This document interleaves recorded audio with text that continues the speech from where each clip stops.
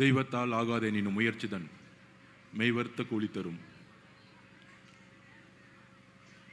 தமிழக வெற்றிக் கழகத்தின் எங்களுடைய பொதுச் செயலாளர், மதிப்பிற்குரிய அண்ணன் மாண்புமிகு அமைச்சர் அண்ணன் ஆனந்தன் அவர்களே,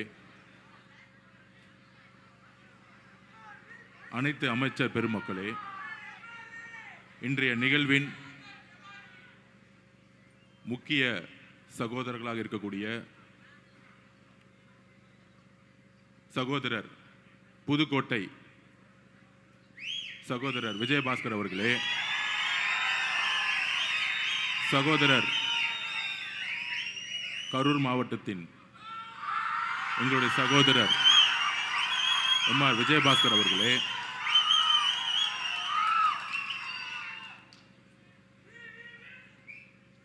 திரு ஆனந்தன் முன்னாள் அமைச்சர் அவர்களே, திருமதி வளர்மதி முன்னாள் அமைச்சர் அவர்களே, முன்னாள் சட்டமன்ற அதிமுக கழகத்தின் முன்னாள் சட்டமன்ற உறுப்பினர்கள், ஒன்றியம் கிளைக்கழகம் முன்னாள் எம்பிக்கள், மாவட்ட செயலாளர்கள் எல்லோருக்கும் என்னுடைய வணக்கத்தை தெரிவித்து, இங்கே இருக்கக்கூடிய இளைஞர்கள்லாம் பார்க்கும்போது இந்த ஜல்லிக்கட்டில் புதுக்கோட்டையில் ஜல்லிக்கட்டு நடக்கும் போது எப்படி இருப்பாங்களோ அந்த மாதிரி ஒரு இளைஞர் பட்டாளத்துடன் மீட்டிங் 11 மணிக்குன்னா காலையில் 6 மணிலேருந்தே ஒரு எதிர்காலத்திற்காகவும் தமிழக வெற்றிக் கழகத்தில் ஒரு இணைப்பிற்காகவும், முக்கியமாக எங்களுடைய அண்ணன் தமிழகத்தின் மக்கள் தலைவர் முதலமைச்சர் எங்களுடைய அண்ணன் திரு சி ஜோசப் விஜய் அவர்களுடைய தலைமையில் இணைய வந்திருக்கக்கூடிய அனைத்து தொண்டர்களுக்கும் எங்களுடைய வணக்கம். இந்த இணைப்பு எதற்காக? 2 விஜயபாஸ்கர் அவர்கள் தமிழ்நாடு அரசியல் 2026க்கு முன்பு, 2026க்கு பின்பு, முன்பு 1967 தேர்தலுக்கு முன்பு, தேர்தலுக்கு பின்பு, 1977 தேர்தலுக்கு பின்பு, தேர்தலுக்கு முன்பு, தேர்தலுக்கு பின்பு, அப்படியான அரசியல் சூழ்நிலை 50 வருடங்கள் கழித்து 2026இல் இப்போ சொன்னாங்களே இங்கே வந்திருக்கக்கூடிய விஜயபாஸ்கர் ஸ்கொயர்னு சொன்னாங்க. ஆனால் தமிழ்நாட்டில் தேர்தலுக்கு பின்பு விஜய்ங்கிற ஒரு முழக்கம் தமிழ்நாடு முழுவதும் மட்டுமல்ல, உலகம் முழுவதும் ஒலித்திட்டு இருக்கு இன்னைக்கு வரைக்கும். அதனால எங்களுடைய தலைவருடைய பெயரில் உங்களுடைய பெயர் ஆரம்பிக்குது. உங்களுடைய எதிர்காலம் இங்கே பிரகாசமாக இருக்கும். அதற்கான உறுதி எங்களுடைய தலைவரிடம் இருக்கிறது, எங்களிடம் இருக்கிறது. இணைந்து பணி செய்வோம். இணைந்து என்ன மாதிரியான பணி செய்ய வேண்டும், என்ன மாதிரியான அரசியலை 2026க்கு அப்புறம் எங்களுடைய தலைவர், எங்களுடைய முதல்வர் உருவாக்கி இருக்கிறார். எல்லோருக்கும் தெரியும், பண அரசியலை 75 வருஷ பண அரசியலை தூக்கி எறிஞ்சது தமிழக வெற்றிக் கழகம். மத அரசியலை தூக்கி எறிந்திருக்கிறது, ஜாதி அரசியலை தூக்கி எறிஞ்சிருக்கு தமிழக வெற்றிக் கழகம் இந்த தேர்தலுக்கு பின்பு. ஆனால் 2026க்கு பின்பு என்ன மாதிரி அரசியல் சூழ்நிலை, அரசியல் விமர்சகர்கள் என்கின்ற போர்வையில் பேசிட்டு இருப்பாங்க. அதிமுக இருக்கக்கூடிய எம்எல்ஏக்கள், முன்னாள் சட்டமன்ற உறுப்பினர்கள், நாடாளுமன்ற உறுப்பினர்கள், மாவட்ட செயலாளர்கள், முன்னாள் அமைச்சர்கள் எல்லாம் சேர்றாங்க. எம்எல்ஏக்கள் சேரும்பொழுது அது குதிரை பேரும். நாங்கள் எம்எல்ஏக்கள் வரும்போது சொன்னோம், ஒட்டுமொத்த அதிமுகவுடைய 90% நிர்வாகிகள், தொண்டர்கள் தமிழக வெற்றிக் கழகத்தில் இணைய போகிறார்கள். ஏன் இணைய போகிறார்கள்? அதற்கான மெசேஜும் 30 நாளுக்கு முன்னாடி சொன்னோம். 2026 தேர்தலுக்கு பின்பு தமிழக வெற்றிக் கழகம் 108 தொகுதிகள் நிற்கும் பொழுது நேற்று கூட்டணி கட்சியோடைய மீட்டிங்லாம் நடந்துட்டு இருந்துச்சு. அப்போ அங்கே வந்த அனைத்து தலைவர்களும், காங்கிரஸோட தலைவர்கள், நேற்று காலையில் வந்த கம்யூனிஸ்ட் தோழர்கள், மதிமுகவோட தலைவர், விசிகேவுடைய தலைவர், இந்திய கம்யூனிஸ்ட் ஐயுஎம்ஓட தலைவர்கள் சொன்ன ஒரு வார்த்தை, நீங்கள் ஆட்சி அமைக்கிறதுக்கு என்ன நிலைப்பாடுனா எடுப்பீங்கன்னு நினைச்சோம். மாண்புமிகு முதலமைச்சர் அவர்களை பார்த்து சொன்னார்கள், 108 வந்தவொடனே நீங்க அதிமுகவுடைய இபிஎஸ் அவர்களிடம் ஆதரவு கேட்பீங்கன்னு நினைச்சோம். 47 எம்எல்ஏ இருந்தாங்க. அந்த ஆதரவுடன் நீங்க ரொம்ப எளிமையா ஈஸியா நீங்க முதலமைச்சர் ஆயிருக்கலாம். ஆனால் நீங்கள் அழைத்தது இந்திய காங்கிரஸ் கட்சியை. அவங்க 5 எம்எல்ஏ தான் வச்சிருந்தாங்க. கம்யூனிஸ்ட் கட்சி தோழர்கள் சப்போர்ட் பண்ணுவாங்களா இல்லையா தெரியாது. விசிகே சப்போர்ட் பண்ணுமா இருக்கா தெரியாது. 60 வருஷம் உறவு இருக்கக்கூடிய ஐயுஎம்எல் சப்போர்ட் பண்ணுமா இருக்குமா தெரியாது. ஆனால் நீங்கள் காங்கிரஸை அழைத்த பொழுது நாங்கள் நம்பினோம். நீங்கள் மதசார்பற்ற கொள்கையிலும் சமூக நீதி கொள்கையிலும் உறுதியாக இருக்கிறது என்பதை நாங்கள் நம்பினோங்கிறது எல்லா தலைவர்களும் சொன்னார்கள். அப்ப எங்களுடைய தலைவர், தமிழக வெற்றி கழகம், எம்எல்ஏக்கள் தேவைப்பட்டாலும் காங்கிரஸோடைய 5 எம்எல்ஏக்களுடன், கம்யூனிஸ்ட் தோழர்களுடன், விசிகே தோழர்களுடன், ஐயுஎம்எல் தோழர்களுடன் ஆட்சி அமைக்கிறதுக்கு கடைசி நாள் வரைக்கும் போராடினோம். ஆனால் ஏன் அதிமுகவுடைய திரு இபிஎஸ் பழனிசாமி நாங்கள் ஆதரவு கேட்கவில்லை? It's a political strategy. என்ன பொலிட்டிக்கல் ஸ்ட்ராட்டஜி அது? தேர்தலுடைய ரிசல்ட் வந்துட்டு இருக்க நேரத்தில் ஒரு 7-8 மணிக்கெல்லாம் தகவல் வந்து 108 110 நிற்கிறோம்.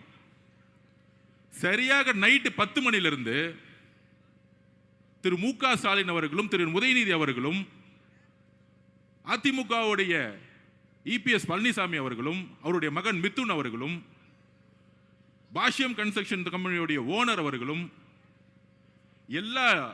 எல்லோரும் ஒன்று சேர்ந்து திமுகவும் அதிமுகவும் சேர்ந்து ஆட்சியை அமைக்க பேச்சுவார்த்தை நடத்த ஆரம்பிச்சிட்டாங்க. அதிமுகவுடைய நிறுவனர் யார்? புரட்சி தலைவர் அவர்கள் எதற்காக கட்சியை உருவாக்கினார்? அண்ணன் செங்கோட்டையன் அண்ணன் வந்தார்களே இங்க, புரட்சி தலைவருடைய அமைச்சரவையில் பங்கு பெற்றவர். அதுக்கப்புறம் புரட்சி தலைவி அம்மா அவர்கள் அதிமுகவை வழிநடத்திய பொழுது எதற்காக என்ன சொல்லி வழிநடத்தினார்கள்? இந்த திமுக தீய சக்தி குடும்பம் ஊழலுக்காக உருவாக்கப்பட்டது. இந்த தீய சக்தி எதிர்க்க அதிமுகவை உருவாக்கியது புரட்சி தலைவர் எம்ஜிஆர் அவர்கள். அதை வழிநடத்தியவர்கள் புரட்சி தலைவி அம்மா அவர்கள். புரட்சி தலைவர் அவர்களுக்கு என்ன நேர்ந்தது?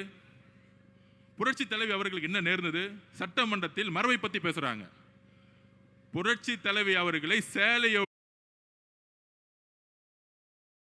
ஜெயிச்சு முடிச்ச உடனே அங்க ஒரு குடும்ப கட்சி, இப்பொழுது இபிஎஸ் அவர்களும் தன்னுடைய மகனும் மட்டும்தான் கட்சி நடத்திட்டு இருக்காங்க, வேற யாரும் இல்லை. இப்ப இன்றைக்கு 2 சகோதரர்கள் விஜயபாஸ்கரன் சேர்ந்த பிறகு 60% அதிமுக இணைந்து விட்டது. % தான் இருக்கு, இன்னும் 30% தான் இருக்கு. அப்ப பொதுமக்களுக்கு வெளிப்படைத்தன்மை நம்ம பேசணும். எதுக்கு இந்த பொலிட்டிக்கல் ஸ்ட்ராட்டஜி எடுக்கிறோம்? எதிர்காலம் இல்ல, உடன்படிக்கை ஏற்பட்டு விட்டது. இன்னும் அறிவிப்பு மட்டும்தான் இல்ல. திரு மு.க. ஸ்டாலின் அவர்களும் தலைவர், அதிமுகவோட பொதுச் செயலாளர் கூடிய விரைவில் கூட்டணி அறிவிக்க போறாங்க. ஒன்னு உள்ளாட்சி தேர்தல் அப்ப இருக்கும், இல்லைன்னா லோக்சபா தேர்தல் இருக்கும், மக்களவை தேர்தல் இருக்க போகுது. அப்ப இவங்க 2 பேரும் சேரும் பொழுது டெல்லியோடைய சப்போர்ட்டும் பிஜேபியோட சப்போர்ட்டும் சேர்ந்துக்கிட்டு ஒரு அரசியல் சூழ்நிலையை தவறா தமிழ்நாட்டில் உருவாக்கிடக்கூடாது. அப்படி சேரும் பொழுது ஒட்டுமொத்த அதிமுக நிர்வாகிகள் ஆல்ரெடி இங்க மூவ் ஆயிட்டாங்க, தமிழ் வெற்றி கழகத்துக்கு மூவ் ஆயிடுவாங்க அந்த முடிவு எடுக்க போது முன்னாடியே. அப்ப நாளைக்கு அதிமுக வெறும் பேப்பர் லெவல்ல இருக்கும். அப்ப இபிஎஸ் அவர்களும் திரு மு.க. ஸ்டாலின் சேரும் பொழுது ஒவ்வொரு மாவட்டத்திலும் திரு இபிஎஸ் அவருடைய அதிமுக வேலை செய்யறதுக்கு ஒரு நிர்வாகி இருக்க மாட்டாங்க, ஒரே ஒரு நிர்வாகி இருக்க மாட்டாங்க. அவருடைய மகனும் திரு இபிஎஸ் பழனிசாமி அவர்கள் மட்டும்தான் கட்சியில் இருப்பாங்க. இன்னொரு 5 பேர் இருப்பாங்க, அவங்களுக்கு தேர்தல் வேலை செய்யவே தெரியாது, அவங்களை விட்டுருவோம். இப்பயே தீர்மானம் போடுறாங்களாம், திரு மிதுன் அவர்கள் கட்சியை வழி நடத்தணும், இளைஞர் அணி தலைவர் ஆகணும். அதுல அவர் சொல்றாரு, அன்னைக்கு பேட்டி எடுக்கும்போது சொல்றாரு இபிஎஸ் அவர்கள், என்னுடைய மகன் ஒன்லி உறுப்பினர் தான், அரசியல் ஆசைலாம் எதுக்கு நீங்க உறுப்பினரா வச்சுக்கிறீங்க? எதுக்கு தெரியுமா? திரு உதயநிதி அவர் சொன்னாருங்களே, என் மகன் 25 வருஷமா உறுப்பினரா இருந்தாரு, அதனால டக்கு நான் இளைஞர் தலைவர் ஆகிட்டேன், அதனால சட்டமன்ற உறுப்பினர் ஆகிட்டேன், அதனால துணை முதலமைச்சர் ஆகிட்டேன். இதே கதை தான் அடுத்து இபிஎஸ் அவர்கள் ஃபாலோ பண்ண போறாங்க. இது தெரிஞ்சுக்கிட்டாங்க எல்லா மக்கள், எல்லா மாவட்ட செயலாளர்களும், எல்லா முன்னாள் அமைச்சர்களும் நல்லா தெரிஞ்சுக்கிட்டாங்க. இது குற்றச்சாட்டு அல்ல. 2 பேரும் சேரணும்னு சொன்னது யார் தெரியுமா? மார்க்சிஸ்ட் கம்யூனிஸ்டுடைய அகில இந்திய தலைவர் திரு பேபி அவர்கள் சொன்னார். நாங்கள் ஏன் தமிழக வெற்றி கழகத்திற்கு ஆதரவு கொடுக்கிறோம்னா, அதிமுகவும் திமுகவும் பிஜேபியும் சேர்ந்து ஆட்சி அமைக்க போது, அதனால நாங்கள் இருக்கிறோம்னு சொன்னார். திரு சண்முகம் அவர்கள் மார்க்சிஸ்ட் கம்யூனிஸ்டுடைய தலைவர் தமிழ்நாட்டில் அவர் சொன்னார், திமுகவும் அதிமுகவும் பிஜேபியும் சேர்ந்து ஒரு புடலங்கா கூட்டணி உருவாக்குவீங்க, அதுக்கு நாங்கள் சப்போர்ட் பண்ணுவோமா? இது சொன்னது யாரு? தமிழ் வெற்றி கழகமா? இல்லை. 10 வருஷமா திமுக கூட்டணியில் இருந்த கம்யூனிஸ்ட் தோழர்கள்.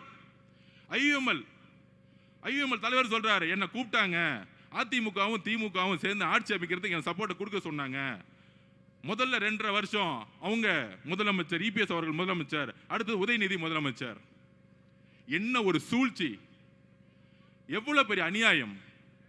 இதை எதிர்க்கிறதுக்கு ஒட்டுமொத்த அதிமுக தொண்டர்களும் குரல் கொடுத்தாங்க. ஒட்டுமொத்த அதிமுக 47 எம்எல்ஏ, 20 எம்எல்ஏ, 25 எம்எல்ஏ அப்பயே குரல் கொடுத்தாங்க. திமுக சேரக்கூடாது சொன்னது கம்யூனிஸ்ட் மட்டும் கிடையாது, சொன்னது ஐஎம்எல் மட்டும் கிடையாது. உண்மையான மக்கள் தலைவருடைய விசுவாசிகளா இருக்கக்கூடிய அண்ணன் விஜயபாஸ்கர் அவர்களும், கரூர் விஜயபாஸ்கர் அவர்களும், அண்ணன் சி வி சண்முகம் அண்ணன் அவர்களும் எல்லோரும் இணைந்து திமுகவுடன் சேரக்கூடாதுன்னு சொன்னாங்க. ஆனால் அவங்களை பதவி விட்டு நீக்கிறதுக்கு எப்படி அண்ணன் செங்கோட்டை அண்ணன் பதவிக்கு நீக்கணும்னு நினைச்சாரோ, கடைசியில் அவங்க 2 பேரும் அப்பாவும் மகனும் மட்டும்தான் இருக்க போறாங்க. இங்க ஒரு அப்பா மகன், அங்க ஒரு அப்பா மகன், 2 பேர் 4 பேர் முடிச்சிடலாம். தலைவர் சொன்ன மாதிரி சட்டமன்றத்தில் 4 பேர் முடிஞ்சிருவாங்க. அப்ப இயற்கையாகவே குரல் கொடுத்தது, உள்ள இருந்துட்டு அதிமுக குரல் கொடுத்தது ஒரு 20-25 எம்எல்ஏ. அக்கா வந்திருக்காங்களே மதுராந்தகத்தோட எம்எல்ஏ, ஒரு 4 பேர் ரிசைட் பண்ணாங்க, எல்லாரும் சேர்ந்து குரல் கொடுத்தாங்க. அந்த குரல் கொடுத்ததுடைய வெளிப்பாடு அப்பையும் அதிமுக பொதுச்சாளருடைய காதுல உழுவல. அதனாலதான் ரிசைன் பண்ணி தமிழக வெற்றி கழகத்தில் சேர்ந்தாங்க தைரியமா. 10 நாள் அவர் எம்எல்ஏ ரிசைன் பண்ணா அதுக்கு ஒரு தைரியம் வேணும். அந்த தைரியம் எங்கிருந்து வந்துச்சுன்னா, புரட்சி தலைவி அம்மா கிட்ட நான் வளர்ந்தேன், எனக்கு பேர் வச்சதே புரட்சி தலைவர் தான், அம்மா புரட்சி தலைவர் தான் எனக்கு பேர் வச்சாங்க. மதுராங்கத்தோட எம்எல்ஏ நம்ம சகோதரி சொன்னாங்களே, புரட்சி தலைவர் தான் எனக்கு பேர் வச்சாங்க. எப்படி நான் திமுகவோட சேரும் போது நான் எப்படி அந்த கட்சியில் இருப்பேன்? தைரியமா கையை ரிசைன் பண்ணிட்டு வந்தாங்க. ஆனா நம்மள பார்த்து சொல்றாங்க குதிரை பேர் நடத்துறேன்னு. குதிரை பேர் நடத்துறது யாரு? எனக்கு கரூர் ரொம்ப முக்கியமான ஊர். ஒரு கணக்கு வழக்கு இருக்கு. அந்த கணக்கு வழக்க முடிக்காம விட மாட்டோம். இதே மண்டலத்தில் சொன்னோம், எங்க தலைவரை கை வச்சீங்கல்ல கரூர்ல, எங்க மக்களை கை வச்சீங்கல்ல ஸ்டாலின் அவர்களே, திரு உதயநிதி அவருடைய வாழ்க்கைக்காக எங்களுடைய மக்களை காவல்துறை மூலமா கொன்று கூச்சீங்களா, அதற்கான பதில் ஒரு நேரத்தில் நடக்கும். சட்டம் தன்னுடைய கடமையை செய்யும். அப்ப கரூர்ல எந்த மாதிரி சூழ்ச்சியை உருவாக்கினார், அது கண்பட பார்த்தவர் நம்மளுடைய அண்ணன் விஜயபாஸ்கர் அண்ணன். எல்லா உண்மைகளும் வரும். இதை மறைக்கிறதுக்காக தான் இப்ப இந்த 10 நாளா தமிழக வெற்றி கழகத்தில் எம்எல்ஏவை விலை கொடுத்து வாங்குறதுக்கு 50 கோடி ஆஃபரா. போன் அடிச்ச உடனே போலீஸ்க்கு இன்ஃபார்ம் பண்ணிட்டார் நம்ம எம்எல்ஏ. திராவிட முன்னேற்ற கழகத்தின் திரு மு.க. ஸ்டாலின் அவர்களே, எங்களுடைய ஒரே ஒரு வேட்பாளரை நீங்க விலை கொடுத்து வாங்க முடியல, அதை ஞாபகம் வச்சுக்கோங்க. ஒரு வேட்பாளரை 234 233 பேர் தாக்கல் பண்ணி நின்னாங்க எலெக்ஷன்ல. உங்களுக்கு காசு கொடுத்து வேலை செய்யறதுக்கு, காசு இல்லாம வேலை செய்யறதுக்கு இன்னும் திமுக ஒன்னும் தெரியல. இங்க இருக்கக்கூடிய அதிமுக தொண்டர்கள் ஒருத்தரும் காசுக்காக இங்க வரல.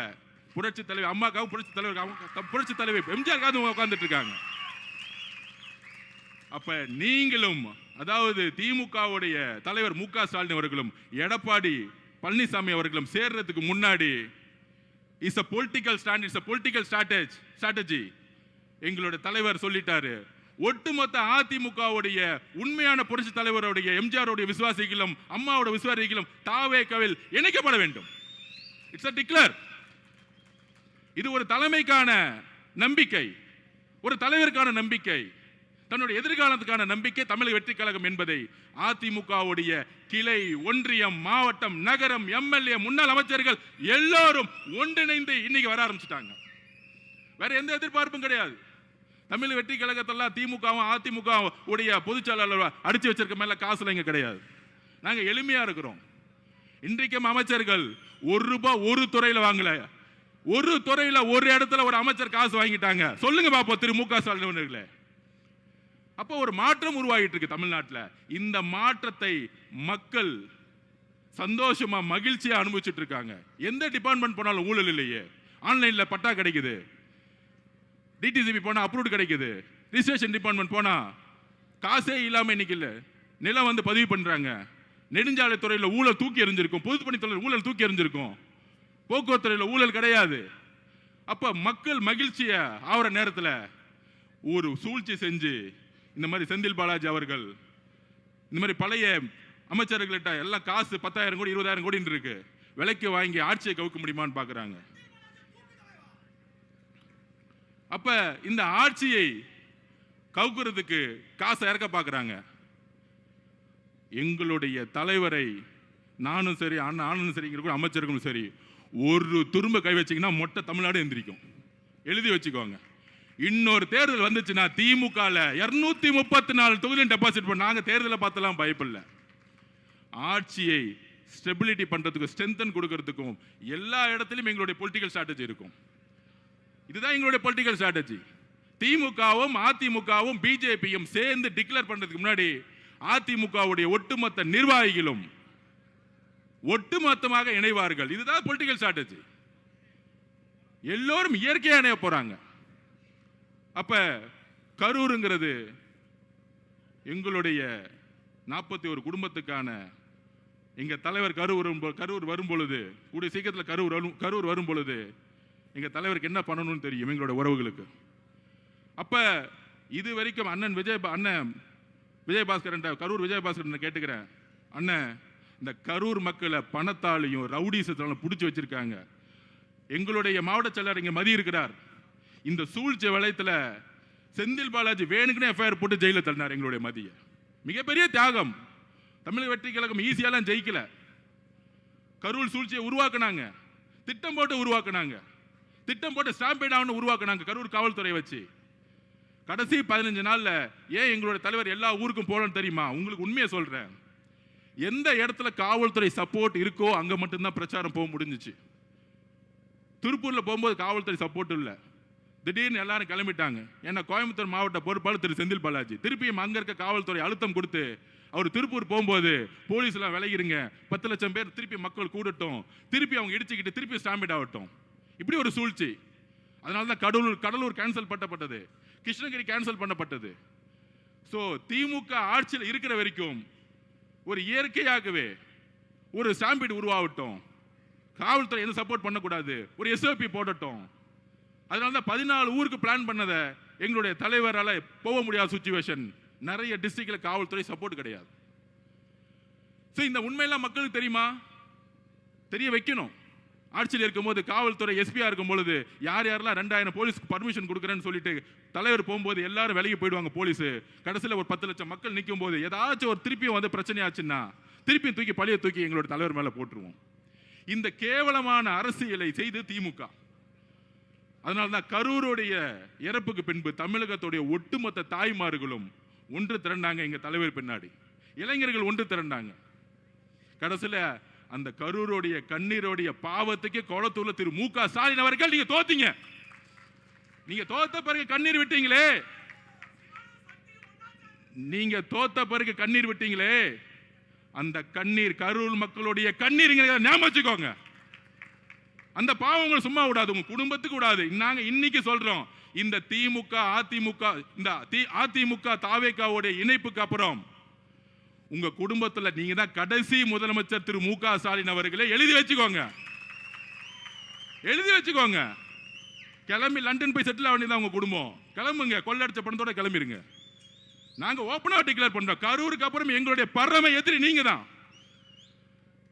அப்ப ஒட்டுமொத்த ஊழலையும் உருவாக்கிட்டு இன்றைக்கு நம்மளை பார்த்துட்டு சோபா மாடல் ஆட்சி, ஒவ்வொரு தொகுதிக்கு 50 கோடி செலவு பண்ணிட்டு இன்னைக்கு ஒவ்வொரு தொகுதிக்கு 50 கோடி செலவு பண்ணிட்டு இன்னைக்கு செந்தில் பாலாஜி வச்சுக்கிட்டு 50 கோடி கொடுத்து தாவேக்காவோட எம்எல்ஏ தூக்கலாமா, ஆட்சியை மாத்தலாமா? எல்லா திருட்டு வேலையும் பண்றது திமுக. ஆனா சும்மா உட்கார்ந்துகிட்டு தேவையில்லாத ஒரு பிரச்சாரத்தை உருவாக்கிட்டே இருப்பாங்க திமுக. இதுக்கு தமிழர்களுக்கு எல்லா ஸ்ட்ராட்டஜியும் தெரியும். எலெக்ஷன்ல எப்படி வின் பண்ணணும் எங்க தலைவருக்கு தெரியும், எப்ப பிரச்சாரம் பண்ணணும் தெரியும். சட்டசபையிலே சொன்னோம், 4 நாள் உட்கார்ந்துகிட்டு வாயத்தரங்க சிஎம் வாயத்தரங்க சிஎம் கருப்பு பேட்ச் கொண்டு வராங்க. 4வது நாள் தான் 4வது நாள் 30 நிமிஷம் பேசினார். ஒட்டுமொத்த தமிழ்நாடு பிளாஸ்ட் முடிஞ்சிச்சு. அப்ப தமிழக அதிமுகவுடைய தொண்டர்கள், இங்க இருக்கக்கூடிய நிர்வாகிகளுக்கு ஒரு வேண்டுகோள், தமிழக வெற்றி கழகம் ஒரு குடும்பம் மாதிரி. இங்க இருக்கக்கூடிய மாவட்ட செயலர் மதிய அவர்களா இருக்கட்டும், புதுக்கோட்டையில் இருக்கக்கூடிய பர்வேஷாவா இருக்கட்டும், எல்லோரும் இதுவரையும் கட்சி சண்டையோ கட்சி பாலிடிக்ஸோ ஒருத்தர் குறை சொல்லி வளர்றதோ கிடையவே கிடையாது. ஒரு குடும்பம் மாதிரி இருப்போம். நாங்கள் ஒவ்வொருத்தரையும் நாங்கள் என்கரேஜ் பண்ணுவோம். ரமேஷ் பேசுறாரா, நல்லா பேசுறப்பா, மேலவா. எங்க தலைவர் அப்படிதான். பேசி முடிச்ச உடனே அர்ஜுன் நீங்க நல்லா பேசுனீங்க அர்ஜுன் அப்படின்னு ஒரு தைரியமான தலைவர். அவ்வளோ ஒரு ஃப்ரீடம் இருக்கு இந்த கட்சியில. இங்க இருக்கக்கூடியவர்கள் எல்லோரும் அந்தந்த மாவட்டத்தில் இருக்கக்கூடிய நிர்வாகிகளோட ஒன்றிணையணும். இங்க சென்னையில மட்டும் ஒன்றிணையக்கூடாது. மாவட்ட லெவல்ல ஒன்றியம், கிளை கழகம் எல்லாத்திலும் ஒன்றிணையணும். அதுக்கான பக்குவம் தமிழக வெற்றி கழகத்திற்கு உங்களுக்கும் இருக்கும். நமக்கான ஒரு குறிக்கோள், கனவு இருக்கு. ஆட்சிக்கு வந்துட்டோம். என்ன குறிக்கோள்? இதுதான் குறிக்கோள். திராவிட முன்னேற்ற கழகம் மொத்தமா கொள்ளடிச்சு இது வரைக்கும் மக்களுக்கு தண்ணி கொடுக்கல. குழாயில தண்ணி கிடையாது, சரியா கரண்ட் கிடையாது, சரியா ரோடு கிடையாது. அப்ப இந்த எளிமையான பணிகளை செய்யறதுக்கு நாங்க முயற்சி செஞ்சுட்டு இருக்கோம். இது எல்லாம் ஒரு ஊழலா மாத்தி கடைசி ஒரு 40 கோடி கொடுத்து மக்கள் அவங்களை ஜெயிக்க வைக்க முடியல, தூக்கி எறிஞ்சிட்டாங்க. அப்ப தமிழக வெற்றி கழகம் ஏன் பண அரசியல் விரும்ப மாட்டேங்குது? தமிழரோட நோக்கம் என்ன? திமுக ஆல்ரெடி 40 கோடி 30 கோடி கொடுத்து தோத்துட்டாங்க. அப்ப இங்க இருக்கக்கூடிய அமைச்சர்கள் எல்லோரும் முதலமைச்சருடைய வழியில் பணம் வச்சுட்டு என்ன பண்ண போறோம்? பணம் வச்சு தான் திமுக தோத்துட்டாங்களே. இன்னுமே நேர்மையான அரசியலை தலைவர் வழியில் செய்யணும். எல்லாரும் முடிவு பண்ண, தமிழக வெற்றி கழகத்தில் எல்லாரும் முடிவு பண்ணிட்டாங்க. ஸோ நம்மளுடைய தலைவர் வழியில் நேர்மையான அரசியலையும் மக்களுக்கான அரசியலையும் கொள்கைக்கான அரசியலையும் உருவாக்க வேண்டிய காலகட்டத்தில் தமிழக வெற்றி கழகம் இருக்கிறது. திராவிட முன்னேற்ற கழகம் கொள்கைக்கான அரசியலிருந்து வெளியே போயிட்டாங்க. திமுக தலைவர் சுத்தி யார் இருக்கா? திரு செந்தில் பாலாஜி, திரு வேலு, திரு நேரு. அவங்களுக்கு கொள்கை அரசியல் என்னன்னு தெரியாது, ஊழல் அரசியல் மட்டும்தான் தெரியும். திமுக கொள்கை அரசியல் வெளியே போயிட்டாங்க. அதிமுக இபிஎஸ் அவர்கள் கொள்கையினால என்னன்னே தெரியாது. அப்ப தமிழக வெற்றி கழகம் தான் தமிழ்நாட்டில் உண்மையான பெரியார் கொள்கைகளையும் புரட்சியாளர் அம்பேத்கர் கொள்கைகளையும் காமராஜர் கொள்கைகளையும் நடைமுறைப்படுத்த வேண்டிய ஒரு கட்சி இருக்கு. அதற்கு அரசியல் வெற்றி முக்கியம், தேர்தல் அரசியல் முக்கியம். அந்த தேர்தல் அரசியலுக்கு ஒவ்வொரு மாவட்டத்தில் இருக்கக்கூடிய நிர்வாகிகள், தேர்தல் அரசியல் தெரிந்த நிர்வாகிகள் ஒரு இணைப்பு தேவை. தமிழ்நாட்டை உருவாக்க ஒரு ஸ்ட்ராங்கான ஒரு கட்சி வேண்டும், அடித்தளத்தில் ஒரு கட்சி வேண்டும். அப்படிதான் இன்னைக்கு அதிமுகவுடைய இயற்கையாவே ஒட்டுமொத்த நிர்வாகிகள் தமிழக வெற்றி கழகத்தை நோக்கி மட்டும்தான் வந்துட்டு இருக்காங்க. திமுக பார்த்து போக மாட்டாங்க. அதனால நமக்கான குறிக்கோள் ஊழல்னா என்ன? மக்களுடைய பணத்தை சுரண்டாம உண்மையான ரோடு போடணும், உண்மையான பில்டிங் கட்டணும், நல்ல தண்ணி கொடுக்கணும், நல்ல கரண்ட் கொடுக்கணும். இன்னும் இது நடைமுறைப்படுத்தப்படலை. இந்த குறிக்கோளோட நம்ம எல்லோரும் ஒன்றிணைவோம். கரூரை இந்த ரவுடி கூட்டத்திலிருந்து, அது பேர் என்ன சொல்லுவாங்க, கரூர் கேங், கரூர் கம்பெனி என்னெல்லாம் முடக்கிறாங்க? மணல் வியாபாரம், அப்புறம் டூப்ளிகேட் சரக்கு, அப்புறம் பாரு, வேற என்ன பிசினஸ்? பாட்டிலுக்கு 10 ரூபா. ஒட்டுமொத்த காசையும் இபி டிபார்ட்மெண்ட்ல டிரான்ஸ்ஃபர் ஊழல், நிலக்கரி ஊழல், ஒட்டுமொத்த காசையும் 5000 10,000 கோடி வச்சுக்கிட்டு கரூரை ஒரு ரவுடி கண்ட்ரோல் வச்சிருக்காங்க. இதை முதல்ல ஃப்ரீ பண்ணி விட்டு மக்களை ஜனநாயக பூர்வமா வாழணும். எங்களுடைய குறிக்கோள் அந்தந்த தொழில் பண்றவங்க நிம்மதியா தொழில் பண்ணணும். இப்ப சினிமா தொழில் என்ன ஆச்சு பாருங்க. ரெட் ஜெயின் கம்பெனி ஏதாச்சும் படத்தை ரிலீஸ் பண்ணுதா? பண்ண முடியாது. இந்த 5 வருஷத்துல பண்ண சொல்லுங்க பார்ப்போம். ஏன்னா கருப்பு பணம் கிடையாது. 2000 3000 தேட்டர் கண்ட்ரோல் பண்ண முடியாது. அந்தந்த தொழில் செய்யறவங்க நிம்மதியா தொழில் செய்யணும். எந்த அமைச்சர்களும் போயிட்டு அவங்க கிட்ட காசு கொடுங்க, கமிஷன் கொடுங்க, உங்களை மிரட்டுவோம். அப்படி திமுக இருந்துச்சு. தமிழக வெற்றி கழகத்தில் இப்ப இருக்கா? இபி டிபார்ட்மெண்ட்ல இருக்கா? ஒரு ஊழல் கிடையாது. பொதுப்பணித்துறை, நெடுஞ்சாலைத்துறை, அந்தந்த தொழில் நிறுவனங்கள் அவங்க தொழில் அமைதியா செய்யணும், நேர்மையா செய்யணும். அப்ப எங்களோட தலைவர் எல்லாரையும் தொழில் செய்யறதுக்கும் அவங்கவுங்களுடைய தொழிலை நேர்மையா செய்யறதுக்கு எந்த விதமான அரசியல் தலையீடு இல்லாமல் ஒரு அரசியலை உருவாக்கி இருக்கார். இது எவ்வளவு பெரிய மாற்றம்! இந்த மாற்றம் திராவிட முன்னேற்ற கழகத்தால் கொடுக்க முடியல. ஆனா தமிழக வெற்றி கழகத்தோட தலைவர் ஒரு ஊழல் இல்லாத ஆட்சியை நடைமுறைப்படுத்தி சாத்தியப்படுத்தி இருக்கிறார்.